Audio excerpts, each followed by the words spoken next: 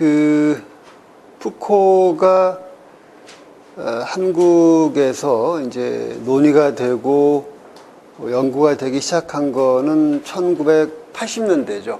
80년대. 80년대 중에서도 조금 후반인데, 한국사에서 이제 1980년대 후반은 흔히 그 1987년을 그 경계선으로 해가지고 보통 어떤 근대 사회에서 현대 사회로 넘어갔다. 근데 물론 그 역사라고 하는 거는 그렇게 쉽게 단절되는 게 아니고, 또 이게 연도를 딱 짜낸다는 것 자체가 상당히 무리한 발상일 수도 있겠지만, 어쨌든 만약에 우리가 굳이 조금 억지로 어떤 그 기준을 세운다면은 1987년 6월 항쟁을 그 어떤 하나의 이벤트로 해서 한국 사회가 이제 전형적인 그 산업사회적 그 근대성의 사회에서 후기 산업사회적인 현대성의 사회로 넘어왔다고 일단은 그렇게 이야기를 할 수가 있겠죠. 그런데 한국만이 아니라 이제 다른 지역도 마찬가지겠지만, 그 20세기, 19세기 때부터 아마 그렇게 이제 봐야 될 것 같은데, 19세기 이래에 세계사를 이렇게 이끌어온 그 중심 세력은 이제 유럽, 그리고 나중에 이제 미국이고, 그리고 사상에서도 마찬가지여서 19세기 이래의 어떤 그 시대를 읽고 개념을 만들어내고 이론을 구상하고 하는 이제 그런 식의 또 영향을 끼치고 하는 그런 담론이 서구에서 상당히 많이 이제 배출이 되죠. 배출이 되고, 그리고 20세기는 그 마치 고대의 이제 그리스 아테네라고 하는 아주 작은 그 도시에 있던 그 사람들의 생각이 지중해 세계에 퍼져나가듯이 유럽이라고 하는 지역의 생각이 비유럽적인 그런 지역들에 이제 계속 퍼져나갔죠. 나가고, 그거는 양면성인데, 하나는 일종의 제국주의를 통해 가지고 유럽이 그 비유럽 국가들을 이렇게 정복하면서 이제 그 자기네들의 어떤 종교나 학문이나 그 문화를 거기다 이식을 시키죠, 이렇게, 그죠? 그래서 이제 그런 식의 어떤 정치적인 강요 내지는 그 이식이라는 측면이 있고, 두 번째는 또 꼭 그 측면이 아니라 하더라도 이제 19세기 이래에 그 학문과 예술의 어떤 굉장히 풍요로운 거를 만들어낸 것이 유럽이라는 것도 그것도 사실이고, 또 그게. 그래서 이제 그 비유럽 지역 사람들이 거기에 많이 매료가 됐죠.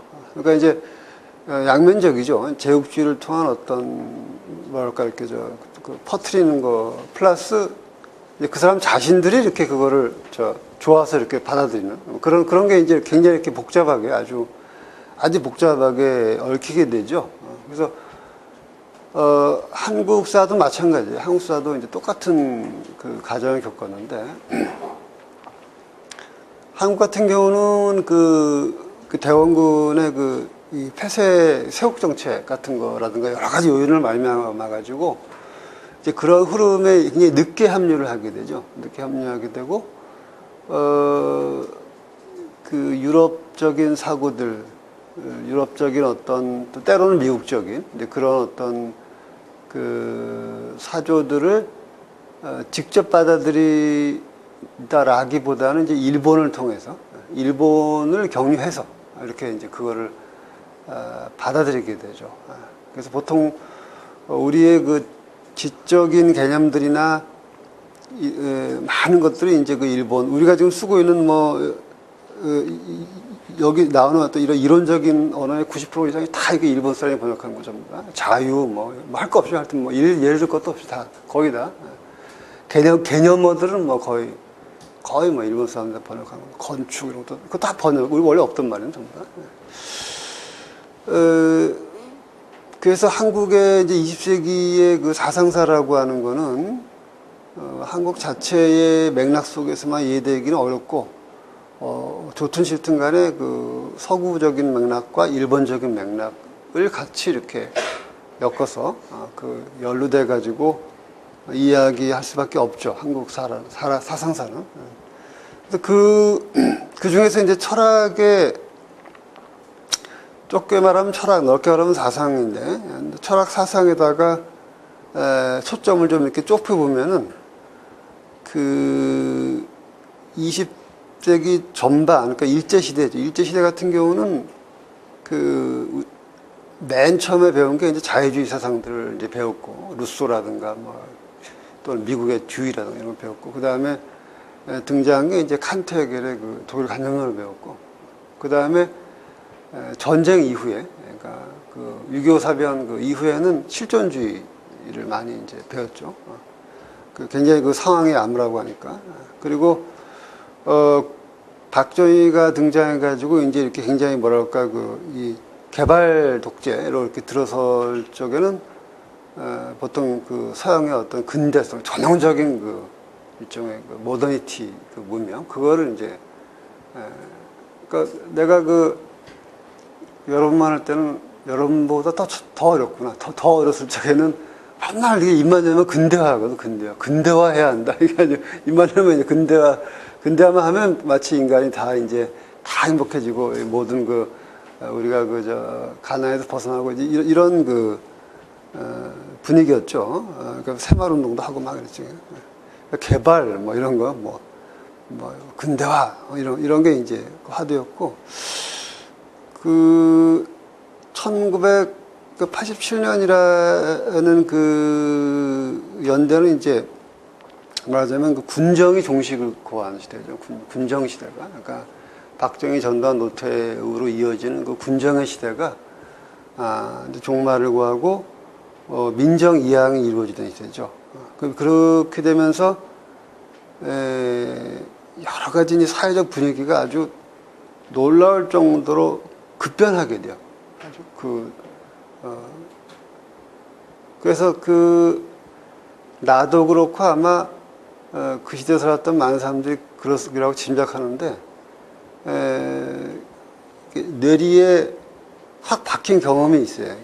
그게 뭐냐면 역사라는 게 갑자기 변한다는 거지. 갑자기. 한순간에 변한다는 거니까. 그게 아주 이쪽에 트라우마처럼 박혀 있죠. 우리한테는. 역사라는 게 어느 순간에 너무너무 다른 세계로 변한다는 거죠. 그래서 내가 푸코의 책을 처음 만난 게 바로 광기역사였어요. 맨 처음 만난 광기역사였는데, 그게 이제 25년 전이죠. 한 반세기 전. 내가 20대 중반에 이제 그거를 만났는데, 그때는 푸코의 그 책이 없어가지고, 영어 번역본을 봤어요. 그러니까 Madness and Civilization이라는 제목이죠. 광기와 문명이라는 제목으로 이렇게 애셔가 그림에 이렇게 굿을 들고 있는 그림 있죠. 그거에 나와 있는 Madness and Civilization이라는 그 영어 책으로 봤죠. 근데 이제 그때의 경험이라는 게 참 굉장히 나한테는 아주 중요한 경험이었던 것 같아요. 그러니까 80년대 중반이지, 그러니까 그 어떤 시대가 변할 때 그때 이제 그 광기 역사를 처음 봤는데, 내가 그때까지 쭉 배워왔던 어떤 철학과라고 하는 그 공간에서 계속 배워왔던 그런 여러 가지 이제 계통의 사상들하고는 사용하는 어휘라든가 또 사고 방식이라든가 담고 있는 함축이 너무너무 달라가지고 굉장히 충격을 받았고, 내가 받았고,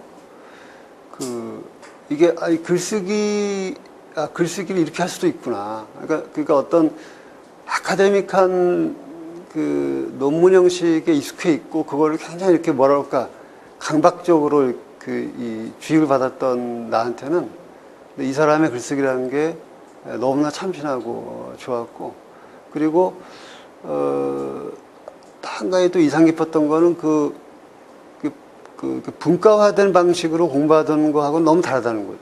그러니까 이게 역사인지 사회학인지 뭐 철학인지 뭐 정치학인지 그게 정체불명이라는 거지. 그게 굉장히 헤테로지니어스라는 그런 어떤 그런 게 이제 그런 몇 가지가 굉장히 내 뇌리에 박혔고, 어찌 보면 거의 뭐 내 사상은 말할 것도 없고 인생을 이렇게 바꿨다고 얘기해도 크게 과장은 아닐 것 같은 그런 그 책이죠. 그래서 나한테 참 의미 있는 책이고, 마침 올해가 이 광기 역사가 발간된 이제 반세기 50년이 딱 지났죠. 이게 60년인가 61년인가에 발간됐었는데, 마침 그 반세기 이제 어찌 보면 50주년 뭐 기념 강연의 성격을 띠고 있다고도 볼 수 있는데, 또 이거를 좀 이렇게 되돌아볼 시간도 된 것 같고, 어느 정도 이렇게 거리 두기가 좀 가능한 이제 그런 시간이 좀 된 것 같기도 하고, 그래서 오늘 이제 광기 역사를 한번 선택해 봤습니다.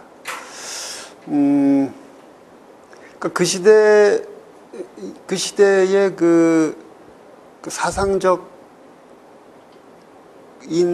어떤 지형도에서 푸코라는 사람이 이렇게 가지고 있는 어떤 그 위상을 짚어볼 필요가 있는데, 그 군정 시절, 그러니까 그 중에서도 이제 말기 조금 그러니까 같은 군정이라 하더라도 60년대 분위기 또 다르고, 70년 다르고 또 80년 또 다르거든요. 또 다르기 때문에 유신 이전 다르고 이전 또 이후 좀 다르고, 이제 다 다른데, 또 광주 사태 이전 다르고 또 후 또 다르죠, 그죠? 그래서 이제 그런 현실과 이게 사상이 맞물려 돌아가는데, 어쨌든 그 후반으로 갈수록 역시 그때 사상의 가장 중심을 차지하고 있었고, 많은 사람에게 영향을 준 건 역시 마르크시즘이죠. 마르크시즘이 가장 그 근본적인 어떤 뭐랄까 그 사상의 추동력으로 작용을 했고, 거의 뭐 약간 그때는 의식 있단 말 많이 썼어요. 의식 있다 이런 말 좀 많이 썼는데, 의식 있는 대부분의 사람들이 다 마르크시스트라고 해도 과언이 아닐 정도로 거의 절대적인 이제 위상을 차지하고 있었고, 그런데 1987년에 역사는 갑자기 이렇게 하루에 변하지 않지. 아까 내가 갑자기라고 얘기했지만, 그렇다고 해서 어제 근데 오늘 이렇게 그렇게 바뀌지 않죠. 물론 이제 한 두어 달 만에 이렇게 바뀌는데, 역사를 보면 그게 갑자기지. 역사 입장에서 보면 그건 거의 갑자기라고 해도 과제 아니죠. 그죠? 하여튼 1987년 그 터울 해서, 시대가 참 많이 바뀌었어요. 모든 면에서 이제 바뀌고, 그때에 많은 사람들이 이제 어떤 생각을 많이 했죠. 그러니까 과연 앞으로 올 시대는 어떤 시대고, 어떤 사상이 과연 이 시대를 과연 담지할 수 있고, 어떤 연구와 가치가 있냐 이런 걸 많이 생각했는데, 대략 내가 보기엔 세 가지 정도의 어떤 그게 있어요. 큰 갈래가 있는데, 하나는 뭐냐면 마르크시즘을 포기할 수 없다. 그거는 어떤 현대 사회가 가지고 있는 근본적인 모순을 포착하고 있는 것이고, 거기에 대한 어떤 명료한 대안을 제시하는 거기 때문에 마르크시즘을 포기할 수 없다. 이런 입장이 있죠. 그런 입장인데, 거기서 이제 이른바 NL과 PD라는 그 두 가지 입장이 굉장히 많이 격돌했어요. 그래서 지금도 내 나이 된 사람 만나면 지금도 싸워요. 만나가지고. 만나는데, 그런 이제 아주 이른바 이제 골수적인 사람들이 있고, 약간 마르크시즘을 포기한다는 건 그건 말이 안 된다. 그거는. 안 되지만, 그러나, 역사라는 건 변하는 거기 때문에, 그 역사의 변화를 좀 담지할 수 있는 그런 마르크시즘을 추구한다 그래가지고, 예컨대 루카치라든가, 또 그람시라든가, 이제 이런, 뭐랄까, 좀 약간 또 다른, 레닌 같은 사람하고 좀 다른, 이제 그런 사람들이 한동안 연구되기도 했죠. 그런 갈래가 있고, 또 하나의 갈래는 그때쯤 돼가지고 이제 등장한 게 푸코의 사유가 등장하고, 많은 사람들이 뭐, 많다고 하는 말은 어폐가 있지만 적지 않은 사람들이 이제 이 푸코를 읽으면서 자기가 그 80년대에 그 마르크시즘을 공부하면서 느꼈던 어떤 그 한계라 그럴까? 이게 내 경험하고 뭐가 안 맞는다는 그런 식의 어떤 걸 갖고 있던 그 대목을 이제 이 사람에게서 뭔가 이렇게 채우려고 하는 사람도 있었죠. 또 하나는 이제 포스트 모더니즘. 80년대 말부터 이제 90년대 이르기까지 포스트 모더니즘이라는 사조가 상당히 지금은 상상하기 어려울 정도로 엄청난 힘으로 이렇게 한국 사회에 이제 물밀듯이 이제 밀려내려왔죠. 그래서 그 세 가지 정도가 있는데, 그래서 마르크스주의자하고 이런 그 푸코 계통 사람들, 사실 푸코주의자는 별로 없어요. 푸코주의자는 없고, 푸코의 방법과 언어와 이런 걸 받아들이는 사람은 많은데, 이 사람 생각 자체가, 이 사람의 이 사상 그 자체가 주의라는 걸 허용하지 않는 입장이기 때문에, 푸코주의란 말은 잘 못 들어보죠. 그런 말을 안 쓰죠, 사람들이. 푸코, 뭐라고 해야 되나? 하여튼 푸코를 영향을 받는 사람, 이 정도로 얘기할 수 있겠죠. 하여튼 간에. 그 두 입장은 상당히 다른데, 그게 그 역사적으로 쭉 보면은, 꼭 푸코만이 아니고, 어느 대목에서 많이 갈라지냐면은, 마르크시즘이라고 하는 거는 역시 사회의 물질적인, 이때 물질적이라는 거는 뭐 자연과학적 의미의 물질적인이 아니고 경제적인이란 말이죠. 경제적인, 에코노미카라는 거죠.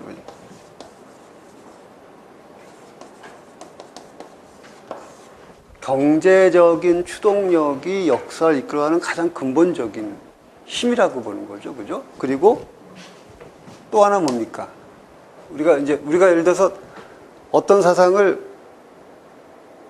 저게 이거다라고 이름을 붙이려면 그 아이덴티티가 있어야 될 거 아니에요. 그죠? 아이덴티티가, 그죠?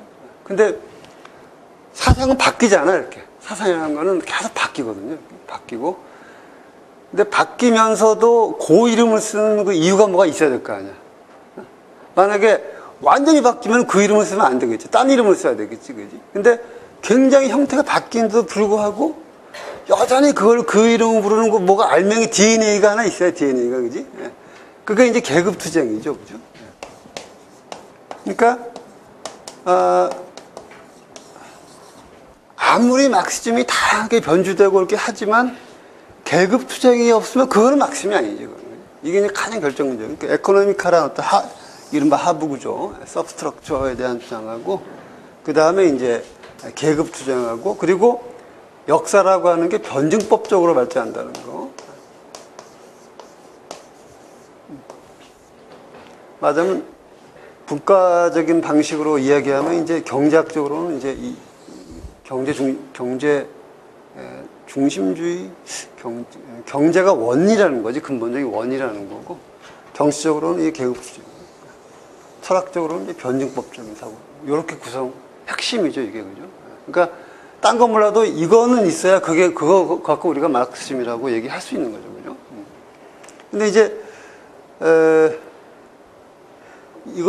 이게 다 복잡한데 이것도 이제 하여튼 이 역사가 진행되면서 아주 복잡하게 진화되고, 특히 이제 마르크스를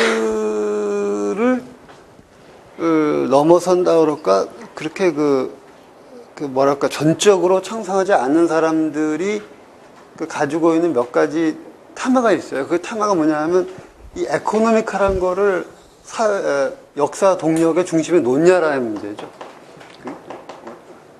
역사를 이끌어가는 가장 근본적인 그 동력이 동인이 움직이는 원인이죠. 동인이 에코노미냐 라는 게 이제 중요하고, 특히 이거는 그 마르크스 이후에 많은 마르크스 주의자들이 또 마르크스를 그렇게 만든 면도 있어요. 그러니까 마르크스도 물론 그렇지만 그거를 더 이렇게 도그마틱하게 만든, 특히 소련의 뭐 스탈린 같은 사람이 그런 경우지, 그지? 도그마틱하게 만든. 스탈린 같은 사람은 에코노미가 중요하다라는 그 논리를 가지고 그 시베리아의 많은 농민들을 얼려 죽었잖아, 그지? 왜냐면 빨리 중공업이 돼야지 못 오게 된다고 그래가지고 그때 뭐 200만 명이 죽었다 그러는데 그 CIA에서 조작한 건지 모르겠는데 하여튼 간에 굉장히 엄청나게 많은 사람이 죽었다 그러지, 그때.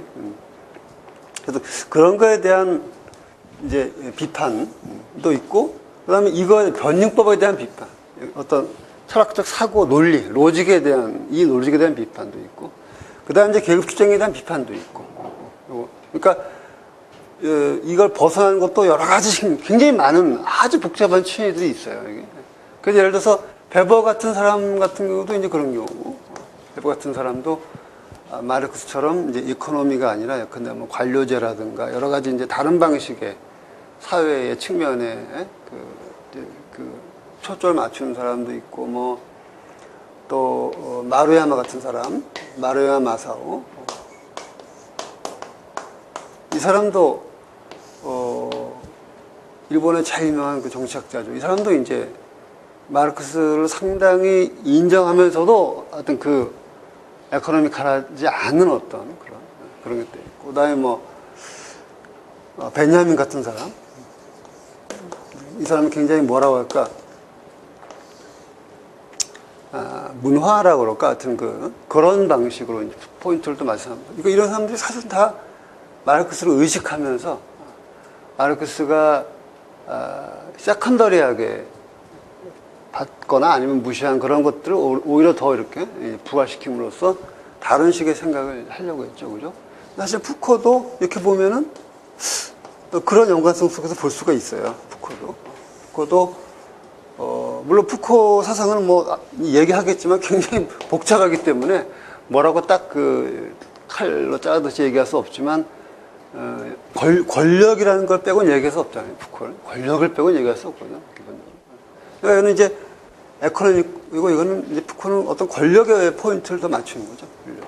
그리고 막 그러니까 이제 국가로도 달라지고 많이 달라지는 건데, 그래서 그렇게 이제 좀 부딪힌다 그럴까, 갈라지는 면이 있고.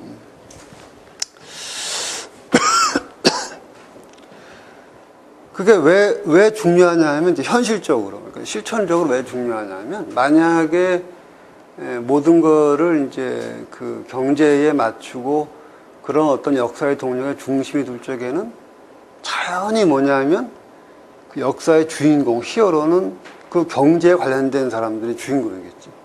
그러니까 노동자들이죠. 노동자. 아까 모순이, 변증법이라는 거에 가장 기본 개념이 모순이야, 모순, 부정, 갈등, 그다음에 대립. 그거를 통해서 역사가 발전한다는 거니까 가장 포인트는 모순이에요. 그러니까 어디에 모순이 있냐, 그러니까 역사의 근본 동력은 경제에 있다. 그러면 그 역사의 가장 중심을 이루는 그 대목에서의 모순이 뭐냐라는 거죠. 그게 중요하거든요. 그거 뭐라 노동의 모순이, 노동의 모순이죠. 그러니까 모든 것이 그 노동의 포인트가 맞춰지고 그 노동을 담지하는 주체는 노동계급이죠. 그러니까 역사를 변화시킬 주체도 역시 노동계급이죠. 이렇게 되겠죠, 그죠?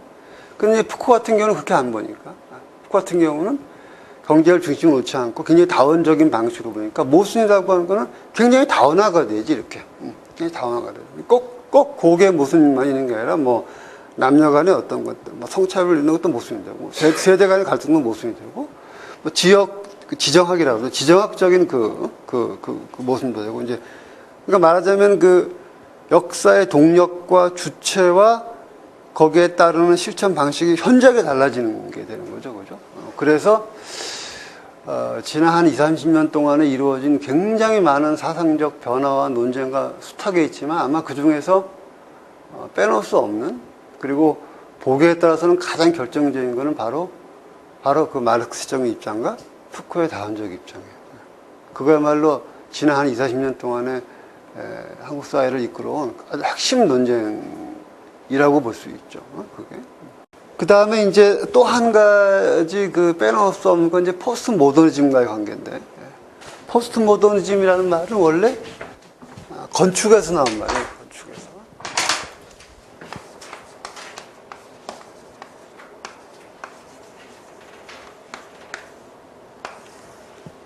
1970년대에 모더니즘 건축에 대한 일종의 뭐 안티 내지는 그 포스트로서 나온 이제 일종의 그 젠크스라든가 뭐 그런 이제 그 또 뭐 피터 아이젠만이나 프랑크 게리나 이제 이런 사람이 등장하면서 포스트 모더니즘이 등장하게 되는데, 근데 참 재미있는 거는 이게 문화사적으로 좀 헷갈리는 거는 문학이나 미술이나 음악 같은 데에서의 모더니즘 개념하고 건축에서의 모더니즘은 굉장히 상반된다는 거죠. 상당히. 그러니까 건축 같은 데서의 모더니즘은 그 르꼬르비제가 가장 대표적이죠. 기하학적이고, 그러니까 지금 우리가 가장 자주 보는 육각형 건물 있잖아요. 간단하게 좀 거치게 말하면 저런 게 이제 모더니즘 건축이 되겠지. 그 다음에 기하학적, 그 다음에 이제 그 머신들, 메카니컬한, 그러니까 기계라고 하는 것이 가지고 있는 감수성들, 그 차갑고 매끈하고 단단하고 막 이런 뭐 샤프한 그런 어떤 그 기계가 가지고 있는 그런 어떤 감수성들. 그 다음에 이제 펑크션, 펑크션에 대한, 그러니까 그 전에 유럽의 어떤 그 귀족 취향에 이렇게 뭐랄까, 그 장식이 많은 그런 게 아니라 다 장천하고 그냥 아주 깔끔하게 이렇게 딱 그냥 그렇죠. 기능적으로. 근데 그런 게 이제 모더니즘인데, 포스트 모더니즘으로 가면은 이제 그런 모더니즘에 대한 안티가 등장해요. 그래서 뭐 게리처럼 뭐 건물을 막 휘게 만든다거나 뭐 무슨 이렇게 그 쟁크스나 이런 사람들처럼 그 옛날 아주 고전적인 그런 걸 이렇게 인용, 그러니까 책 인용하듯이 건축에 인용을 하는 거죠. 이렇게 무슨 알겠어요?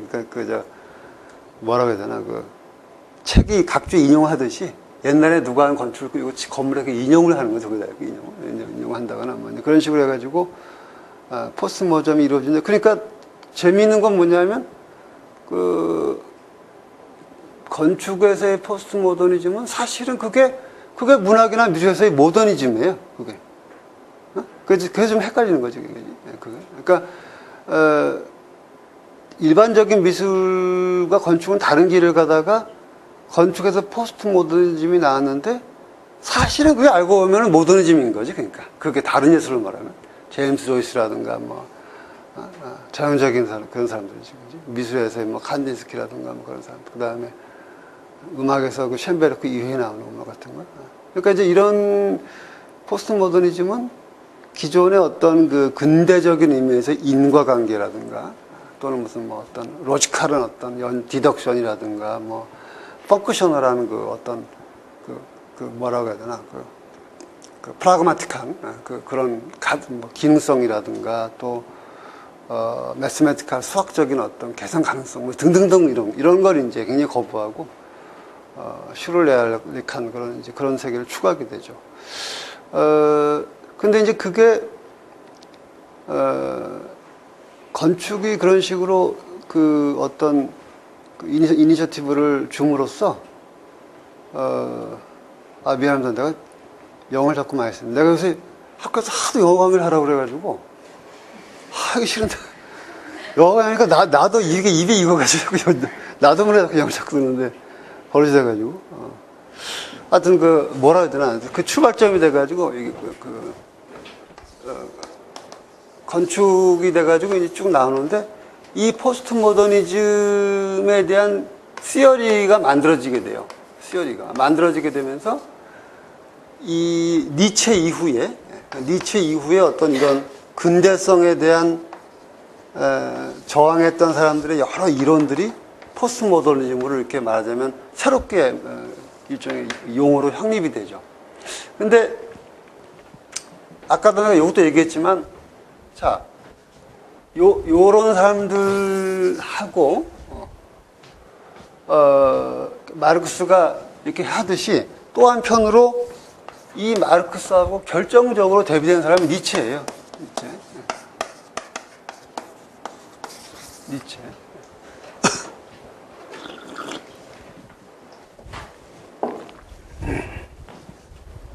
그러니까 베버나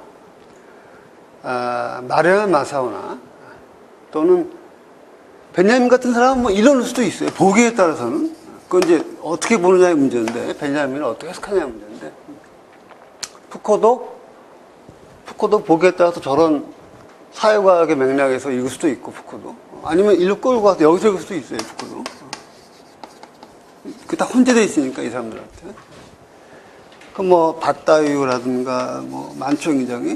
하여튼 뭐, 이런 니체의 그 후예들.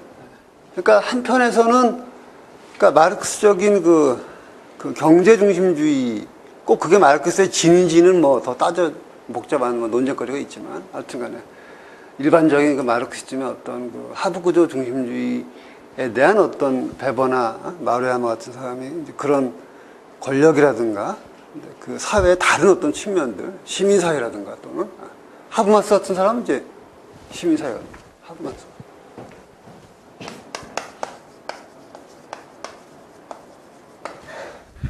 저런 거 하고 이렇게 어떤, 아까 얘기했듯이 그게 가장 중요한 하나의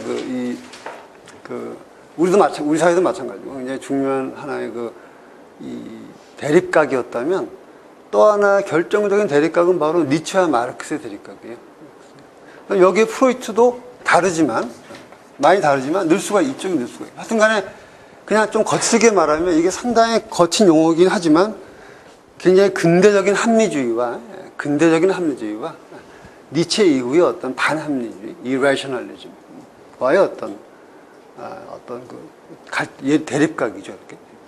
그래서 포스트모더니즘이라고 하는 거는 니체와 그 사상적 후예들이 새로운 방식으로 그런 어떤 이른바 포스트모더니즘 예술, 다양한 그런 예술들이라고 하는 그 분위기를 이제 등에 업고서 새로운 방식으로 일종의 비평 용어죠. 비평 용어로 재정립되죠. 포스트모더니즘이. 그래서 그게 한국에 1990년대가 되면 엄청난 거의 뭐 홍수가 밀려들듯이 이제 밀려들어오고 그때 당시에 각종 잡지에서 어마어마한 특집을 다뤘죠. 저기에 대해서. 푸코는 사실은 포스트모더니즘의 흐름과는 큰 관계는 없어요. 이 사람은 그런 말이 있는지도 몰랐던 것 같아요. 갑자기. 어떤 인터뷰에서 포스트모더니즘에 대해 물으니까 자기가 잘 모른다고 그냥 그거는 처음 듣는 얘기라고 그러더라고요, 이 사람이. 어쨌든 간에 그 관계 없이 이제 푸코나 이런 사람들도 이제 읽기에 따라서는 저쪽으로 이렇게 넣어서 읽기도 하죠. 이렇게. 그래서 하여튼 이 대립각하고 저 대립각, 이 두 가지의 대립각, 근대적인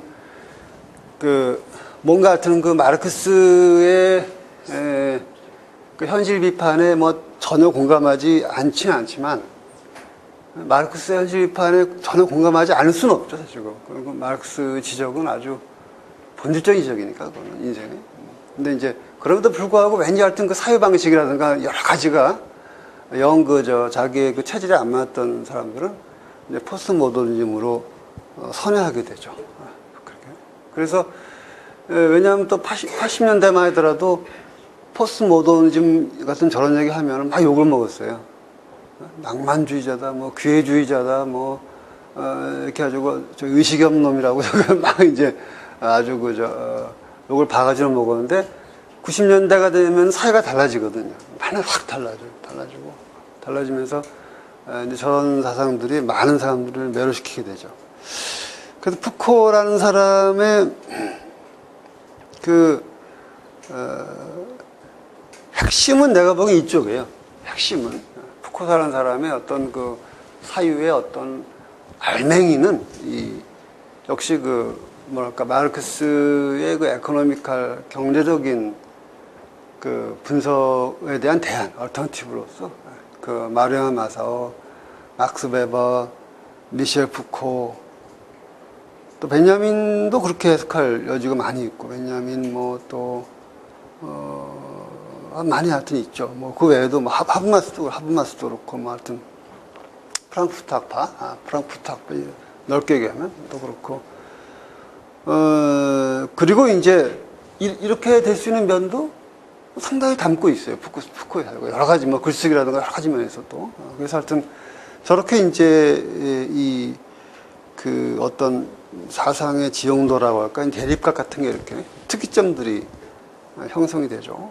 근데 광기역사라는 책으로 넘어가면은 지금까지는 그 푸코라는 사람의 어떤 전반적인 그런 시대적인 배경을 얘기했고 이제 이 오늘 이야기할 광기역사라는 이 책을 넘어가면은 광기역사는 푸코가 1960년인가 61년인가 좀 헷갈리는데 이제 지금부터 딱 반세기 전에 이 책을 출간했고 그 전에도 물론 뭐 조그만 책도 있었지만은 일종의 그 최초의 어떤 주조죠. 이게 최초의 주조고 굉장히 역작이고 푸코가 그 스웨덴에 가서 머무를 적에 이제 이 책을 뭐 썼다고 그러죠, 그죠? 그리고 그 철학의 역사에서 광기라고 하는 거를 이렇게 집중적으로 다룬 그 예가 없거든요. 물론 뭐 논의 대상으로 삼은 경우는 굉장히 많죠. 뭐 데카르트도 예를 들어서 뭐 자기가 코기토 얘기하기 전에 악마가 혹시 뭐 나를 속이는 게 뭐 이런 얘기도 하고 뭐 항상 얘기돼 왔죠. 언제나 얘기돼 왔죠. 나이면 플라톤도 뭐부터 이미 얘기도 했지만 광기라고 하는 거를 광기 역사의 포인트를 맞춰가지고 그거를 철학적으로 분석한 얘는 별로 거의 없던 걸로 알고 있어요. 그러니까 어떻게 보면 최초의 책이고 그런 점에서 상당히 어찌 보면 이성이라고 하는 것을 그 가장 뭐라고 할까 중심가치로 놓는 그 다음에 그 이성의 일종의 신여라고 할 수 있는 그런 어떤 그 철학의 세계에서 광기를 중심에 놓는 책이 나왔다는 것은 아주 특이한 경우죠. 그렇다고 해서 뭐 푸코가 광기를 뭐 좋다 찬양한다 이건 아니에요. 그건 아니고 그거는 좀 약간 너무 좀 이렇게 너무 거칠게 해석한 거고 좋다 나쁘다 문제라기보다도 하여튼 그 인간 사유의 그 심장부에서 한 가운데에서 이렇게 광기를 읽어내고 이렇게 한 이런 그 경우는 지금은 이제 우리가 뭐 시간이 지나서 뭐 콜럼버스가 발견할 때 어렵지만 발견하고 나면 아무것도 아니듯이 이제는 뭐 그냥 푸코 하면 뭐 고등학생들도 푸코 뭐 웬만큼 알 정도니까 그렇지만은 생각해 보면은 참 대단한 사건이죠. 담론사에서 굉장히 큰 사건이고 그리고 그 아까 제가 잠깐 말씀드렸듯이 저 같은 경우는 이제 맨 처음에 그때 영어 책을 가지고 접했어요. 매드네스의 시빌라이제이션이라는 책이 있고 그 다음에 한국에 이 번역본이 나온 게 김부용이라는 사람이 번역한 게 나온 게 아마 89년이었을 거예요. 그러니까 아까 얘기했듯이 그 87년적인 그런 변화가 일어나는 그 다음에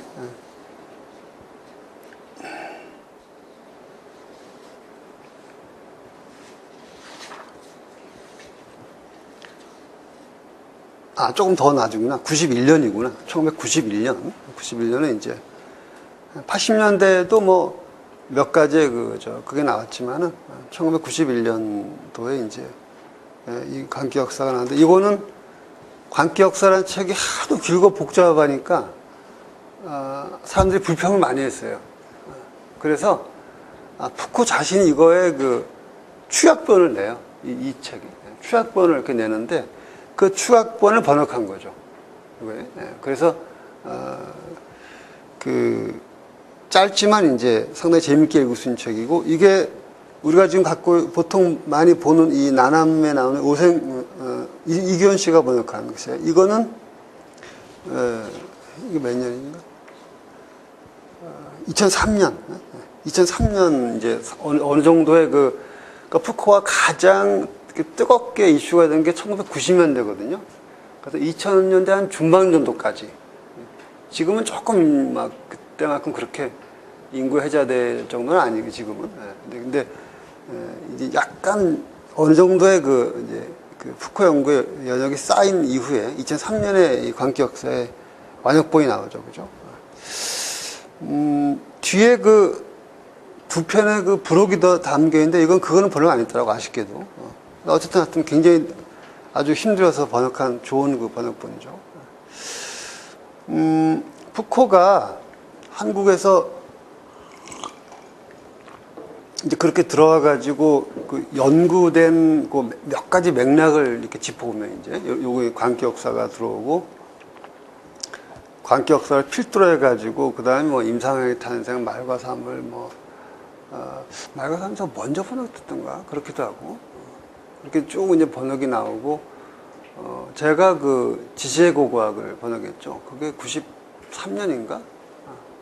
아무튼 그렇게 기억하는데 쭉 나오는데 몇 가지 흐름이 있는데 이제 푸코라는 사람이 굉장히 많은 얼굴을 가지고 있잖아요. 굉장히 많은 얼굴을 가지고 있는데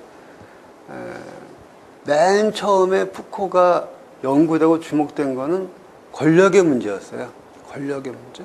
그거를 가장 그 잘 보여주는 그 책이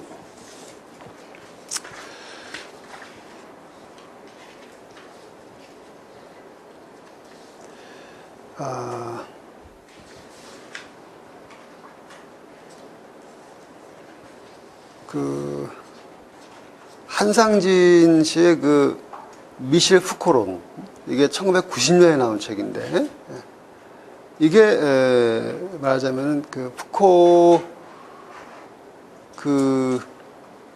푸코를 초기에 연구한, 상당히 이제 일찍 연구한 사람들 논문집이죠, 이게, 그죠? 논문집인데 이게 논문집에도 불구하고 거의 그 논문의 한 90%가 다 권력론이에요. 그러니까 푸코의 다른 면들은 거의 없고 이제 그 권력론에다가 모든 포인트를 맞추고 있죠, 그죠?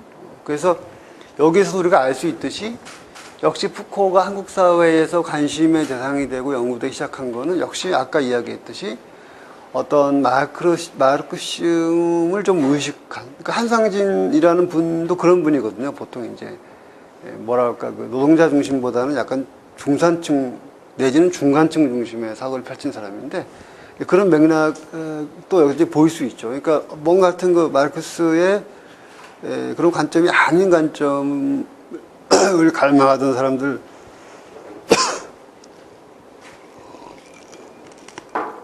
어떤 그 지향점을 보여주는 그런 책이라고 볼 수 있죠. 그래서 요거는 푸코 연구사에서 상당히 이 책의 내용이 뭐 잘 되냐, 이거는 또 다른 문제고, 하여튼, 이 책은 상당히 이제 의미 있는 하나의 책이고, 물론 요거 이전에, 박정자 상명여대 교수 했던 사람인데, 그분이 푸코를 사실 번역을 했어요, 연구하고. 특히 성의 역사를. 근데 그때는 사실은 거의 이름도 몰랐기 때문에 거의 주목을 못 받았죠. 못 받고 이제 이때서부터 사실은 좀 연구되기 시작했죠, 그죠? 이게 하나의 어떤 흐름이고, 지금도 푸코는 상당히 역사 서술, 역사를 바라보는 방식이나 이 정치나 이제 이런 쪽으로 역시 상당히 영향력이 있다고 볼 수 있고.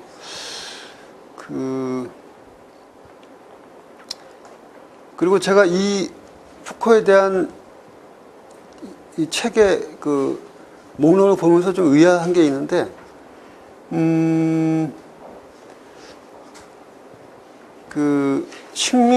푸코와 식민 권력이라는 책이 있어요. 식민 권력. 그 책은 내가 기억하기로는 이제 문화과학을 하는 사람들, 문화과학이라는 잡지가 있죠. 그 잡지, 주로 이제 그쪽 계통 사람들이 모여서, 식민시대, 일제시대의 어떤 병원, 일제시대의 감옥, 이런 걸 이렇게 연구한 책인데, 내가 보기에는 그 책이, 푸코를 이렇게 전유해가지고, 논의 수준이 얼마나 높으냐라는 그건 또 따져봐야 되는데, 그거를 얘기하기 이전에, 푸코를 우리가 전유해서 말하자면 뭔가 같은 독자 연구를 한 가장 대표적인 책이에요, 그 책이. 굉장히 의미 있는 책인데, 이유가 뭔지 모르는데, 여기 안 나오네, 희한하게. 그거 빠지네. 왜 그런지 모르겠네.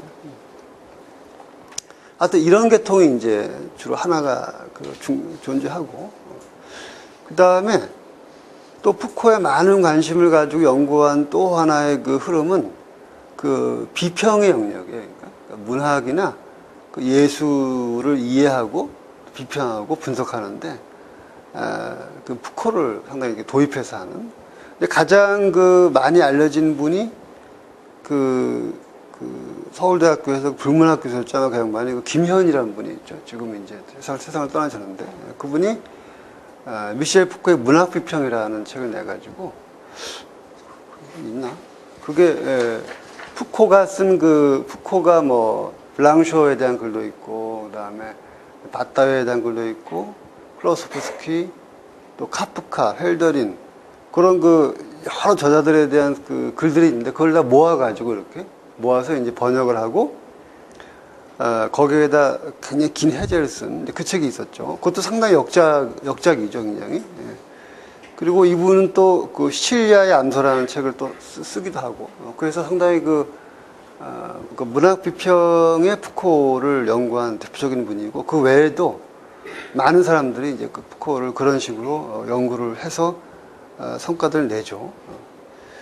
그리고 이제 또 하나의 흐름은 뭐냐면, 사실은 어찌 보면 내가 이제 그런 흐름을 좀 이렇게 만들었다고 볼 수가 있는데, 인식론자로서의 푸코, 그러니까 담론 분석가, 언표, 그러니까 언어 철학, 그러니까 언어라고 하는 거를 명제, 프로포지션이나 센턴스, 문장이나 또는 존 썰이라는 사람이 말하는 거랑 스피치 액트라든가 이런 게 아니고 에농세, 언표로 보는 언어 철학, 그리고 이제 그 위에서 담론, 그러니까 사이언스나 어떤 학문보다는 이렇게 담론이라고 하는, 그러니까 어찌 보면은 푸코의 용어 중에서 가장 일상화된 게 담론이란 말이에요. 옛날엔 담론이란 말이 없었는데, 어떤 사상가가 이렇게 동작하면 이제 그 사상가의 용어 중에서 아주 일상화된 용어들이 있죠, 보통. 아주. 그래서 너무 일상화해서 그게 누구 용어인지도 잘 잊어버리는 그런 용어들이 있는데, 푸코의 용어 중에 아마 가장 우리 삶에서 가장 일반화된 1위가 아마 담론일 것 같은, 내 기억으로는. 담론이란 말이 가장 1위일 것 같아. 디스커스란 말이 아마 가장 아마 1순위 거로 내가 조사 안 해봤지만, 기억하는데, 담론으로 이렇게 문화나 학문을 분석하는 그런 방식들. 그 다음에 이제, 과학사를 우리가 보통 과학사 그러면 주로 자연과학을 많이 하잖아요. 다윈이 어떻고, 아인슈타인 이런 게 아니라 이제, 이런 이른바 사회과학이라기도 하기도 약간 그렇고, 하여튼 푸코가 말한 사부와, 인구학, 통계학, 범죄학, 정신병리학, 이런 이른바 근대성의 장치들, 근대 문명이 사람들을 이렇게 훈육하고, 이렇게 이렇게 길들이는 어떤 그런 장치들로서의 어떤 사부와, 이제 그거에 포인트를 맞추는, 이제 인식론적 관점은 쉽게 말하면, 그게, 지식의 고고학, 내가 번역했고, 그 다음에, 내가 학위 논문에서 담론의 공간이라는 책에서 그걸 다뤘죠. 그 다음에 또 번역본 중에서 거기에 해당하는 건 이제, 미셸 푸코의 과학적 이성의 고고학. 이게 1999년에 번역됐네요. 그죠? 요것도 상당히 그런 유형의 책이라고 볼 수 있고. 대체적으로 보면은, 그렇게 이제, 어떤 정치학적인 그런 정치적인 맥락이 있고, 그 다음에 이제 비평적인 맥락이 있고, 그 다음에 어떤 철학적인, 인식론적인 맥락이 있고, 이렇게 이제 세 가지 갈래가 쭉 내려왔었죠. 이 광기역사라는 책은 푸코의 그런 여러 얼굴이 아직 이렇게 미분화되어 있어요. 쉽게 말하면. 예를 들어서 그 뒤에 나온 책들은 감시와 처벌 그러면 그거는 거의 전적으로 정치학 책이잖아요. 그죠? 거의 전적으로 역사, 정치, 사회학 책이고. 이렇게 성격이 딱 지어지거든요. 말과사물이나 지제구가 그건 명백히 인식론적이고 이렇게 딱 되는데 광기 역사는 상당히 매력적이기도 하고 뭐 혼란스럽다면 혼란스러운데 그런 이후에 전개될 면면들이 아직 미분화된 채로 다 들어있어요. 이렇게 전부 다 혼재되어 있죠. 뭐 모든 그 테마가 그러니까 맹아들이 다 이렇게 혼재가 되어 있는. 나중에 이제 그게 이렇게 뭐라 그럴까 한 갈래씩 이렇게 뻗쳐나오는 그런 그 형태를 하고 있죠, 그죠? 자, 그러면 지금까지는 그 우리 논의의 그 첫 번째 파트, 그 푸코가 연구되기 시작할 때 한국사의 배경이라든가, 그 다음에 뭐 마르크시즘, 푸코, 포스트모더니즘과의 관계라든가, 또 우리나라에 이제 뭐가 번역되고 연구되고 어떤 갈래가 있나 이런 얘기를 주로 이제 이렇게 한터만 해드렸고, 그 다음에 두 번째로는 책 자체로 좀 들어가서 이제 이 책의 그 테마가 뭐냐. 물론 뭐 이 부피로 짐작이 되듯이 이제 굉장히 뭐 종잡을 수 없을 만큼 많죠. 굉장히 많은데 그래도 그 중에서도 굉장히 중요하고 지금까지 여운을 남기는 그런 테마들이 이제 여러 가지가 있는데 그걸 몇 가지 짚어보면은 우선 그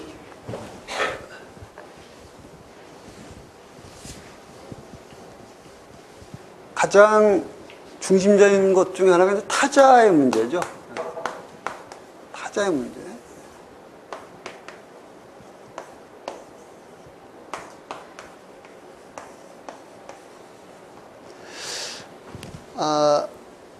로트르, 이제 아더의 문제인데,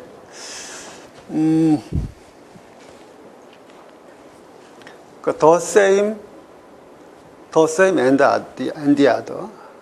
르메메 로트르인데, 요 개념 자체는 뭐 아주 오래된 개념이에요. 이거는 플라톤 때부터, 피타고라스 학파 때부터 쭉 내려오죠, 그죠? 그래서, 플라톤이 이 세계의 가장 궁극적인 범주로 5개를 들죠, 5개. 존재, 운동, 정지, 그 다음에 동일자, 타자. 이렇게 5개를 가장 궁극적인 범주로 들죠, 그죠? 그래서 동일자와 타자 그러면 말이 좀 어렵게 느껴지지만 쉽게 말하면 같음과 다름이죠. 간단히 말하면 같음과 다름. 같다, 다르다. 가장 근본적인 범주는 거예요. 같다, 다르다라는 거예요. 있다라는 거하고 움직인다, 안 움직인다 하고 그 다음에 이제 다르다, 같다는 거예요. 5개 들죠, 그죠? 그 후로도 뭐 타자라는 말은 뭐 굉장히 중요한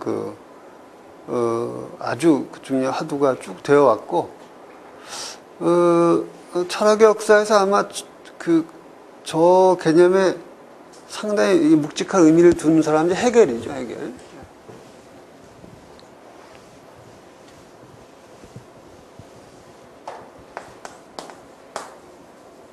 독일어로 안데르스자인이라고 그러는데, 타자 존재. 뭐, 번역하면 아더빙? 이렇게 되나? 아더빙?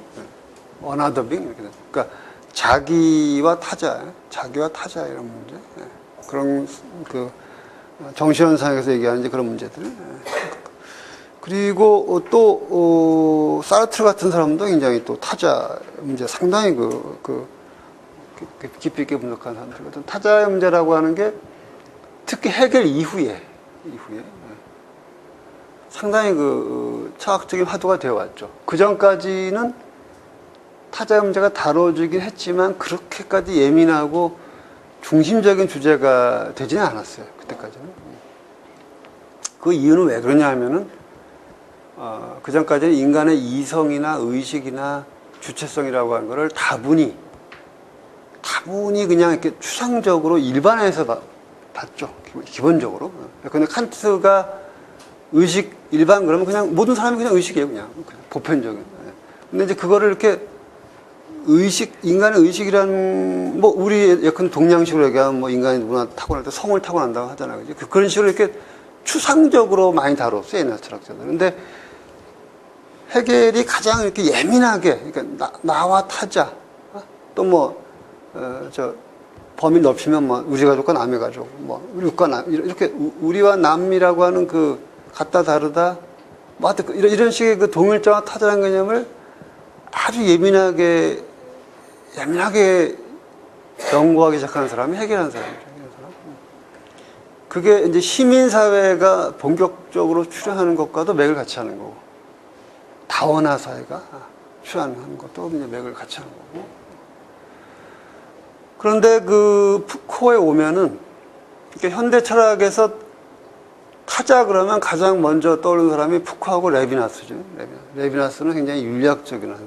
푸코는 상당히 역사적, 정치적인 사람인데, 타자의 사유를 누구보다도 아주 적극적이고,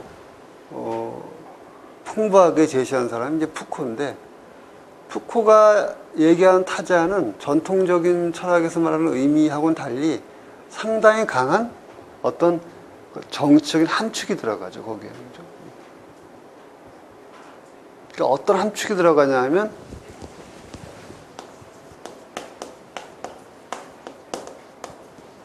이 배제라고 하는 함축이죠. 배제한다. exclusion, 배제.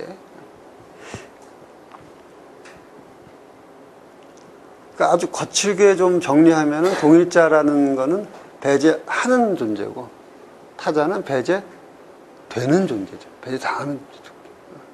단적으로 표현하면. 어찌 보면 푸코의 많은 작업들이 바로 이 타자의 배제라는 테마를 가지고 이루어져요. 많은 테마들 전부 다. 근데 배제라고 하는 거를 더 캐고 들어가서, 더 캐고 들어가서 존재론적으로 캐고 들어가면은 결국 그 분절의 문제예요, 분절. 존재론적인 분절의 문제. 온토로지컬 아티클레이션의 문제죠. 분절해 보는 거죠. 인간의 가장 근본적인 속성이 분절해 보는 거죠. 그 분절을 떠나서는 삶을 이해할 수가 없죠. 모든 게 다 분절로 이루어지고 그 분절. 근데 이제 푸코의 그 가장 중요한 문제의식의 출발점이 뭐냐면 그 분절의 의문을 제기하는 거예요. 쉽게 말하면 그 분절 의문을. 거기에서 이 사람의 사회가 출발해요. 거기서부터.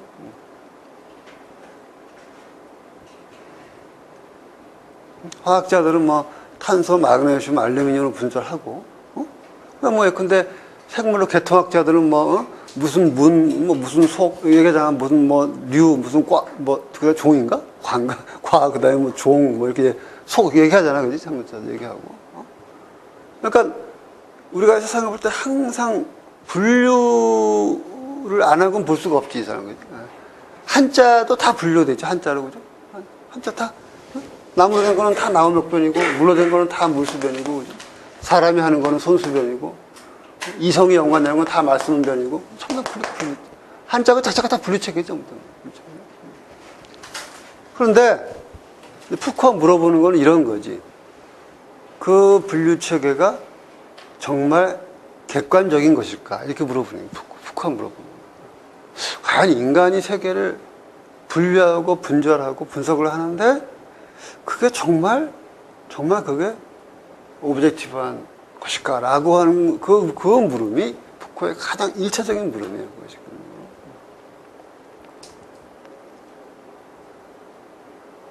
자연과학을 그렇다 치고 화학자들이 알루미늄, 마그네슘, 탄소, 아마 그건 잘 모르니까 그렇다고 치고 인간 사회에서 우리가 하는 그 많은 분류들이 그게 도대체 무슨 근거에서 또 누가 분류하냐, 누가 분류하는 그죠? 우리가 되게 자기가 분류 안 하잖아. 그냥 그런가 보다. 학문의 세계도 인문, 사회, 자기가 분류하잖아, 우리가. 내가 분류한 게 여러분 분류한 게 아니잖아. 그 분류가 이렇게 있는 거지. 근데 저 분류를 누가 분류했지, 저거를? 언제 분류했지? 저걸 누가 분류했지? 왜 저렇게 분류했지? 라고 하는 온톨로지컬 아티클레이션, 특히 인간 사회에서의 아티클레이션의 의문을 제기하는 게 그게 이제 푸코 사회의 출발점이에요. 그게. 가장 큰 출발점이에요. 그거는 미셸 푸코라는 사람의 실존과도 연관되어 있죠. 푸코는 그 동성애자죠, 이 사람.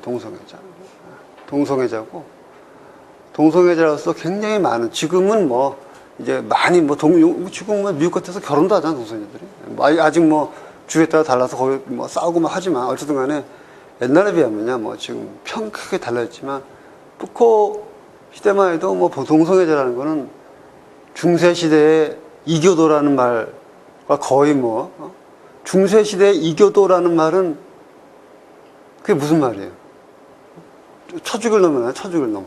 그 정도의 이제 굉장히 강한 편축이고, 그 여담을 얘기하면은 영국의 뭐 옥스퍼드인가 무슨 케임브리지인가 어딘가에서 그 푸코에게, 네? 내가 지금 옛날에 여기서 기억이 잘 안 나는데 학위를 준 거 하여튼 무슨 자료를 준 거 같은 뭔가 같은 뭘 하려고 하는데 그것을 들고 일어났어. 어떻게 동성애자한테 그런 일을 해가지고 해서 기각됐죠, 그게. 그 정도로 이제 그 동성애자라는 건 상당히 그 만만치 않은, 지금도 사실 뭐 지금도 아직 멀었지. 근데 그때는 뭐 우리가 지금 상상하는 것보다 훨씬 더 이제 그 예민한 문제인데, 그런 자기의 그 실존적인 체험, 자기가 동성애자를 겪었던, 왜 이 분류를 해서 이렇게 나를 괴롭히냐라든가, 또는 뭐 이 분류가 맞는가라든가, 과연 도대체 이 모든 예컨대 우리가 이제 광기 얘기하지만 도대체 미쳤다는 거가 안 미쳤다는 게 기준이 도대체 뭘까? 부시처럼 지금 이미 물러왔지만 저렇게 맨날 전쟁만 일수하는, 우리가 볼 땐 저게 미친놈인데 왜 저 사람이 안 미쳤다고 그럴까? 왜? 그 멀쩡한 사람 왜 또, 멀쩡한, 내가 보기엔 멀쩡한 사람들 또 정신병 갖다 앉혀놓고 그러잖아, 그지? 그러니까 도무지 그런 우리가 사물을 분류하고, 특히 이제 이 배제한다는 거, 배제. 그러니까 배제의 물리적 표현이 뭐예요? 물리적인. 우리가 푸코 사회의 매력 중에 하나가 뭐냐면, 이 사람의, 내가 얘기할 건데, 매력 중에 하나가 뭐냐면, 보통 인문사회과학자들은 이렇게 물질적인 거에 관심이 별로 없잖아요, 이렇게. 물질적 이런 거예요, 그지? 건물 이런 거에. 그러니까 어떤 사상, 뭐 생각, 제도, 여기에 모든 게 생각하잖아요, 그지? 이 사람이 굉장히 흥미로운 게, 이 사람은 이 실제의 신체, 이 장소, 여기에 굉장히 관심이 많아요, 이 사람은. 그러니까 이 배제라는 게 물질적 표현이 뭐예요? 감금이지, 감금. 물리적으로 구획하는 거지. 배제. 이 배제는 추상적인 용어고, 이거의 물리적인 표현이 뭐냐면 감금하는 거지, 이렇게. 테두리 그어가지고, 울타리를 만들어서 감금하는 거죠. 그래서 기본적으로 이런 문제를 갖고 있고, 광기 역사도 그런 얘기죠. 또. 왜 어떤 시대에 미쳤다고 하는 사람이 또 이 시대가 또 안 미쳤다고 그러고 보고 또. 옛날에는 또 멀쩡한 걸로 기준이었는데 지금은 또 그것도 미친 걸로 보고. 이게 기준이 뭐냐. 그 다음에 과연 그런 담론을 만들어서 미쳤다 안 미쳤다라고 하는 그 주체들은 어떤 사람들이고, 대상들은 또 누구고, 또 그게 왜 그렇게 또 변해가는 거고, 그리고 아까 감금 얘기했는데, 이 감금의 어떤 역사적 과정들, 병원, 감옥, 이런 거 있잖아요, 그지? 이런 등등등의 어떤. 그래서 이거는 광격서는 병원 얘기가 굉장히 많이 나오고, 임상의 장도 그렇고, 그 다음에 이제 감자처벌은 또 감옥 얘기가 많이 나오지, 그지? 그래서 그런 어떤 것들. 이런 문제의식이 푸코의 근본적인 문제의식이고, 그래서 푸코를 읽는다는 거는 철학적으로 말하면 그 분절 내지는 그 분류에 대한 그 인식론적인 문제제기를 하는 거고, 정치적으로 말하면 인간 사회에 존재하는 그 감금과 배제와 이런 거의 어떤 그런 파워, 권력의 문제가 되는 거고, 그 다음에 뭐라고 해야 되나, 존재론이라고 해야 되나, 하여튼 뭐 인간 존재론적으로 말하면 결국 인간 주체, 그건 뭐 나중에 또 얘기하겠지만 인간 주체의 결국 문제가 되겠죠, 그죠? 일단은 하여튼 그런 그 출발점을 가지고 있다는 걸 염두에 두시면 됩니다.